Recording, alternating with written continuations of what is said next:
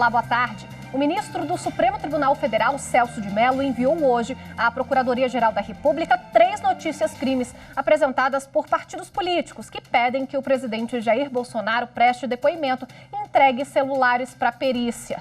O ministro também pediu a apreensão do aparelho do filho do presidente, o vereador Carlos Bolsonaro. O pedido é para investigar suposta interferência do presidente da República na Polícia Federal. Esse é o destaque do Jornal da Justiça de hoje. E você vai ver também. Dever cumprido. Ministra Rosa Weber se despede do Tribunal Superior Eleitoral. A primeira mulher a chefiar o TSE em eleições gerais também se empenhou pela igualdade de gêneros. O Conselho Nacional de Justiça orienta inspeções em sistema prisional. O grupo de fiscalização deverá reunir o máximo de informação para conhecer o cenário atual do estabelecimento durante a pandemia. E ainda, Ministério Público Federal no Rio de Janeiro pede à Polícia Federal informações sobre a operação que resultou na morte do adolescente João Pedro, de 14 anos, em São Gonçalo.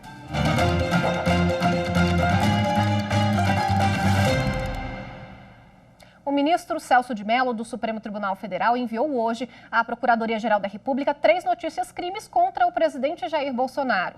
Elas foram apresentadas por partidos políticos. Quem tem os detalhes é Carolina Chaves. Os pedidos foram feitos por partidos políticos e parlamentares que querem também ter acesso aos depoimentos do presidente Jair Bolsonaro sobre suposta interferência política dele na Polícia Federal. Os autores também querem a apreensão do celular do filho do presidente da República, Carlos Bolsonaro, do ex-diretor da Polícia Federal, Maurício Valeixo, do ex-ministro da Justiça, Sérgio Moro, e da deputada Carla Zambelli para perícia. No encaminhamento à Procuradoria-Geral da República, o ministro Celso de Mello afirmou que os fatos delituosos narrados por qualquer pessoa devem ser apurados e que, se houver impedimento no pedido de investigação do Estado, dificulta a apuração do possível crime, ainda que se trate de autoridade a ser investigada de qualquer poder, executivo, legislativo ou judiciário. Segundo o ministro Celso de Mello, tanto a Polícia Federal quanto o Ministério Público que receberam denúncias não podem deixar de apurar a possível prática ilícita. A PGR deve se manifestar quanto a esses pedidos. Celso de Mello é relator do inquérito que investiga a acusação do ex-ministro da Justiça de possível interferência de Bolsonaro na Polícia Federal. A ministra Rosa Weber se despede do TSE com sentimento de dever cumprido. Ela se destacou no combate às fake news e na briga pela igualdade de gênero na política. Foi na gestão de Rosa Weber que o tribunal realizou as primeiras sessões por videoconferência da história durante a pandemia da Covid-19. Aqui ficam os retratos de todos os ex-presidentes do Tribunal Superior Eleitoral. Ao todo, são 52 fotografias de magistrados que comandaram a Justiça Eleitoral desde 1932. A próxima foto a ser colocada na parede vai ser a da ministra Rosa Weber, que teve uma gestão marcada pela modernidade. A primeira mulher a chefiar o TSE em eleições gerais também se empenhou pela igualdade de gêneros. A ministra Rosa formou a Comissão Gestora de Política de Gênero do TSE, responsável por atuar na promoção feminina na política. Também foi lançada a página Participa Mulher, em homenagem às mulheres que fizeram e ainda fazem história na vida política e na justiça eleitoral. Além disso, ainda foram feitas várias campanhas institucionais para reforçar a importância das mulheres na vida do país. Quando uma mulher ocupa um cargo público, incentiva outras a ocuparem também. À frente do TSE, a ministra Rosa Weber se deparou com desafios trazidos pelos tempos atuais, como o combate à desinformação. Evitar a disseminação de informações falsas foi uma das principais preocupações da Justiça Eleitoral nas eleições 2018. A campanha TSE contra Fake News, realizada no pleito daquele ano, ganhou menção honrosa no Prêmio Inovare, que tem por objetivo valorizar, identificar e difundir as boas práticas da justiça no Brasil. Ter o reconhecimento do trabalho que nós fizemos sob pressão e de uma maneira reativa naquele momento é de fato muito importante e mostra que nós estávamos no caminho certo. Nós respondemos de uma maneira criativa, de uma maneira ágil, dentro do limite dos nossos recursos. Mas o combate à desinformação foi mais além. Em maio de 2019, foi realizado o seminário internacional Fake News e Eleições. Abrir espaços para o debate, para esse debate interdisciplinar, para conhecer os diferentes enfoques e as diferentes leituras sobre o tema. E, nesse sentido, o universo se amplia. Outro problema trazido pelos novos tempos e enfrentado pela ministra Rosa foi o coronavírus. Como forma de seguir as recomendações das autoridades de saúde e adotar o distanciamento social como forma de prevenção, a presidente do TSE determinou a realização de sessões por videoconferência pela primeira vez na história do tribunal. Em nome do Tribunal Superior Eleitoral e da Justiça Eleitoral como um todo, registrar nosso agradecimento e reverência a todos os profissionais da saúde, heróis anônimos de uma guerra cruel, que têm atuado com denodo e coragem neste desafio. E ainda a todos os trabalhadores dos serviços essenciais que têm permitido a manutenção de alguma normalidade em nossa rotina. Natural de Porto Alegre, Rosa Maria Pires Weber se formou em Direito na Universidade Federal do Rio Grande do Sul, com extensões feitas na mesma instituição. Em 1976, ingressou na Justiça Trabalhista como juíza. Em 1991, se tornou juíza do Tribunal Regional do Trabalho da 4ª Região. Ficou no cargo até 2006, quando tomou posse como ministra do Tribunal Superior do Trabalho. Em dezembro de 2011, a ministra Rosa tomou posse no Supremo Tribunal Federal. No ano seguinte, passou a atuar no TSE como ministra substituta, sendo empossada como efetiva em 2016.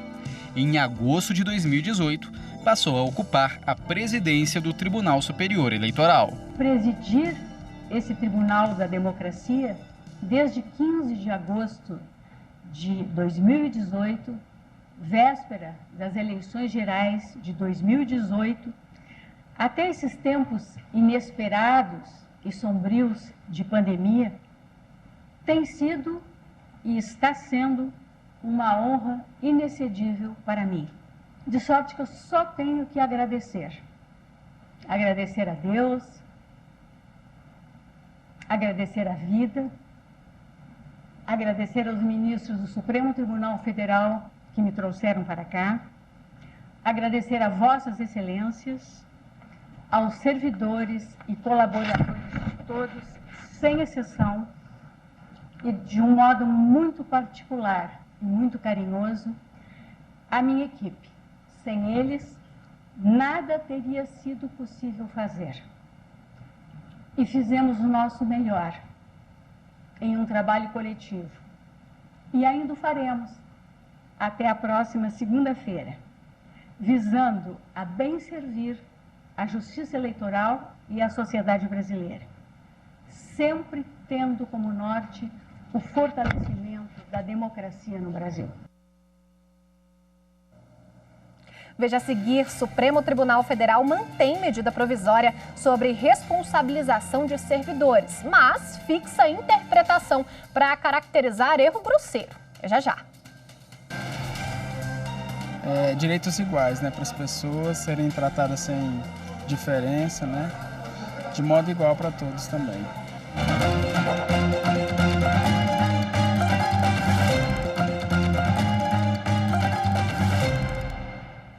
Por causa da pandemia do novo coronavírus, a Justiça do Maranhão reduziu a mensalidade de 155 escolas particulares da cidade. As informações com Viviane Novaes. A Justiça determinou que, a partir de agora, as escolas particulares reduzam a mensalidade, como determina a lei estadual 11.259, que foi sancionada no último dia 14. Esse pedido de tutela antecipada de urgência foi feito pelo Ministério Público do Maranhão e pela Defensoria Pública Estadual. O texto prevê a diminuição de 10% a 30% do valor da mensalidade. Quanto maior a escola, maior o desconto. O estabelecimento que não cumprir a decisão da Justiça está sujeito a uma multa de R$ 2.000 por contrato. O Supremo Tribunal Federal já recebeu mais de 2.300 processos relacionados ao coronavírus. Vamos dar uma olhadinha no painel da Covid-19 na página da Corte na internet. Foram 2.308 processos com 2.109 decisões. O painel Covid-19 é atualizado a cada 5 minutos na página do Supremo Tribunal Federal na internet stf.jus.br.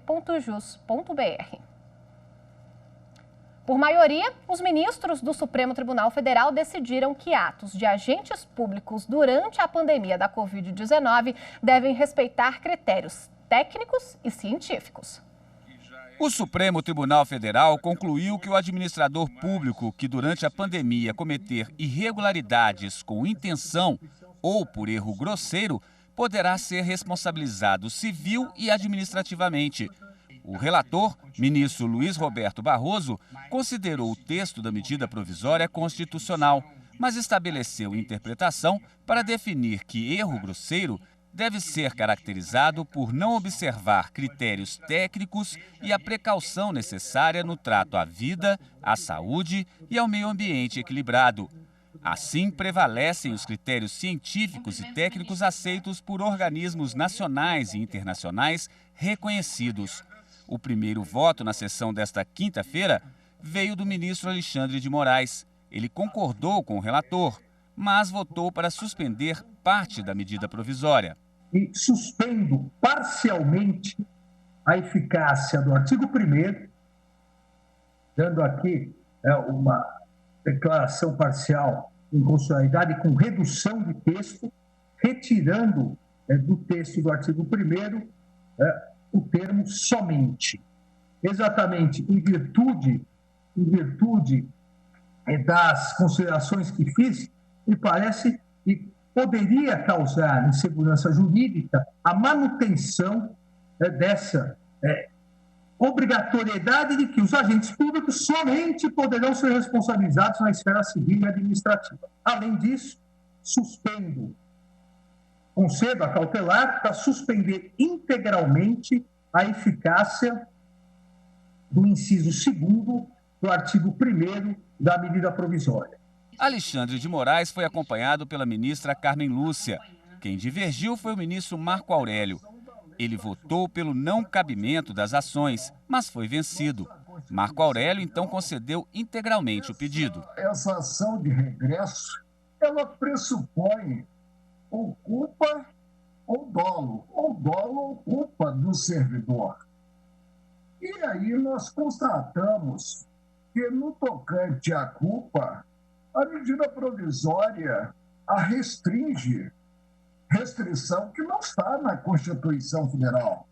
E, mediante a utilização do advérbio somente, revela que o servidor apenas responde por erro grosseiro.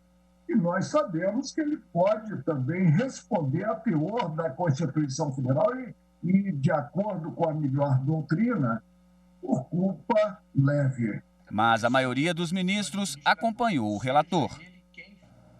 E para falar sobre os julgamentos da semana, a gente conversa agora aqui no estúdio com Karina Zucolotto, consultora jurídica da TV Justiça. Muito bem-vinda mais uma vez, Karina, ao Jornal da Justiça, primeira edição. Evelyn. Foram 2 temas essa semana. O principal deles, a medida provisória sobre a responsabilização de agentes públicos. Deu trabalho para analisar? Foi demorado? Como é que foi esse julgamento, né? Um primeiro julgamento foi concluído na quarta-feira, no início da quarta-feira, e colocou um fim a uma discussão que há mais de 20 anos era travada aqui no Supremo Tribunal Federal e no Poder Legislativo também. Os ministros acabaram homologando um acordo feito entre a União e os estados acerca das compensações financeiras tributárias que a União deve pagar aos estados num acordo celebrado sob uma comissão especial e sob a batuta, vamos dizer assim, do ministro Gilmar Mendes, relator de uma ação direta de inconstitucionalidade por omissão, que foi julgada em 2016 e reconheceu a omissão legislativa inconstitucional do Congresso Nacional. Isso porque a Constituição determinava que o Congresso Nacional editasse uma lei complementar para dizer de que maneira essa compensação tributária seria feita pela União e os estados, e até hoje essa lei não foi feita. Com o acordo que foi homologado por maioria no plenário na quarta-feira, a União se comprometeu a encaminhar ao plenário no prazo de 60 dias, um projeto de lei para que, nos termos do acordo que foi estabelecido, para que a lei complementar fosse editada e não fosse feita de forma tão assodada como vinha sendo pressionada em razão das prorrogações de prazo. Então, esse julgamento foi de extrema importância na quarta-feira, mas, como você disse, sem dúvida alguma, o julgamento da medida cautelar nas ações que questionavam essa medida provisória do governo federal, que restringe ou reduz, em algumas certas circunstâncias, a responsabilidade civil dos agentes públicos, ela foi julgada parcialmente procedente, a liminar, não para se declarar a inconstitucionalidade de algum dispositivo, mas para dizer de que maneira deve ser interpretada e aplicada essa medida provisória. Então, a medida provisória, ela fala que, em caso de dolo ou erro grosseiro praticado pelo servidor, haverá responsabilização civil e administrativa. E os ministros disseram: erro grosseiro deve ser interpretado como todo aquele ato administrativo que, de uma certa forma, coloque em risco a vida, a saúde, o meio ambiente equilibrado e que sejam adotados esses atos administrativos em desconformidade com as orientações técnicas e científicas de autoridades nacionais e internacionais. Então, não é, como disse o ministro Luiz Fux no julgamento, uma carta de alforria para a prática de qualquer ato ilícito e nem mesmo, como disse o relator, uma carta de imunidade para a prática de atos ilícitos que são considerados crimes e puníveis criminalmente e nem muito menos para a prática de atos de improbidade administrativa, que nós temos uma lei específica para tratar desses assuntos. Então, os ministros aplicaram uma técnica de julgamento, que é a interpretação conforme, para dizer que a norma é constitucional, mas ela deve ser aplicada nesse sentido, cuja maioria se formou no plenário. Agora tudo fica mais claro, né? Fica um pouco mais fácil e também não fica, como se diz, uma carta aberta, que era essa a grande preocupação de todos os partidos autores. Vamos lembrar que foram 7 ações diretas de inconstitucionalidade, questionando que talvez ela fosse uma carta de anistia ou um salvo-conduto para a prática de qualquer tipo de ato administrativo que estivesse em referência com a Covid-19. Não é, e os limites foram definidos, não é? Esse direcionamento foi definido nessa interpretação conforme no julgamento realizado na quarta e quinta-feira dessa semana. Muito obrigada, Karina, pelas explicações. Bom, e veja, em instantes, Conselho Nacional de Justiça orienta inspeções no sistema prisional e socioeducativo durante a pandemia. Os detalhes a seguir, não saia daí. É tratar os iguais de forma igual, os desiguais de forma desigual, uma forma de ser equânime para todo mundo.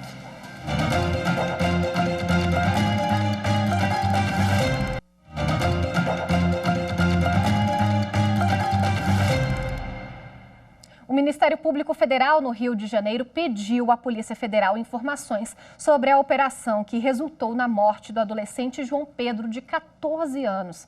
As informações foram solicitadas pela Câmara de Controle Externo da Atividade Policial e do Sistema Prisional. O MP quer os dados, registros audiovisuais, nome dos agentes envolvidos e os objetos da operação. A investigação também quer saber se houve ocultação de cadáver. O prazo para que a Polícia Federal encaminhe as informações é de 10 dias. João Pedro foi morto durante uma operação da polícia em São Gonçalo, região metropolitana do Rio de Janeiro, na última segunda-feira. A família procurou o adolescente por 17 horas até ser informada de que o corpo dele estava no Instituto Médico Legal. Os presídios do país enfrentam situação complicada. Faltam equipamentos básicos de proteção e higiene, por exemplo. Para conter o avanço da pandemia do coronavírus, o Conselho Nacional de Justiça divulgou orientações de inspeções em todas as prisões e unidades socioeducativas do país. As orientações foram elaboradas com base em 2 resoluções do CNJ que estabelecem medidas sobre o funcionamento do judiciário em tempos de pandemia e de medidas preventivas da Covid-19 no sistema penitenciário brasileiro, que está com circulação mais restrita desde março. A recomendação também está alinhada a tratados internacionais nos quais o Brasil faz parte. O grupo de fiscalização deverá reunir o máximo de informação para conhecer o cenário atual do estabelecimento durante a pandemia. Entre as recomendações, a equipe de visita deve ter, sempre que possível, um especialista em saúde. Os diretores dos presídios e das unidades socioeducativas deverão informar sobre o plano de contingência adotado e a disponibilidade de equipamentos de proteção individual e medicamentos aos servidores e detentos. Informar ainda se os servidores receberam treinamento sobre os protocolos de saúde, se tanto os servidores quanto os presos receberam vacinas e se a unidade prisional tem protocolo de identificação de casos suspeitos, testagem e isolamento para os suspeitos ou confirmados por Covid-19, além da assistência jurídica e religiosa e mecanismos de contato com familiares e advogados e o distanciamento social entre os presos. O CNJ estabelece também o protocolo de saúde que a equipe de fiscalização deve seguir durante a visita às unidades prisionais, como o uso de máscaras, distanciamento de 2 metros e testes de temperatura dos visitantes.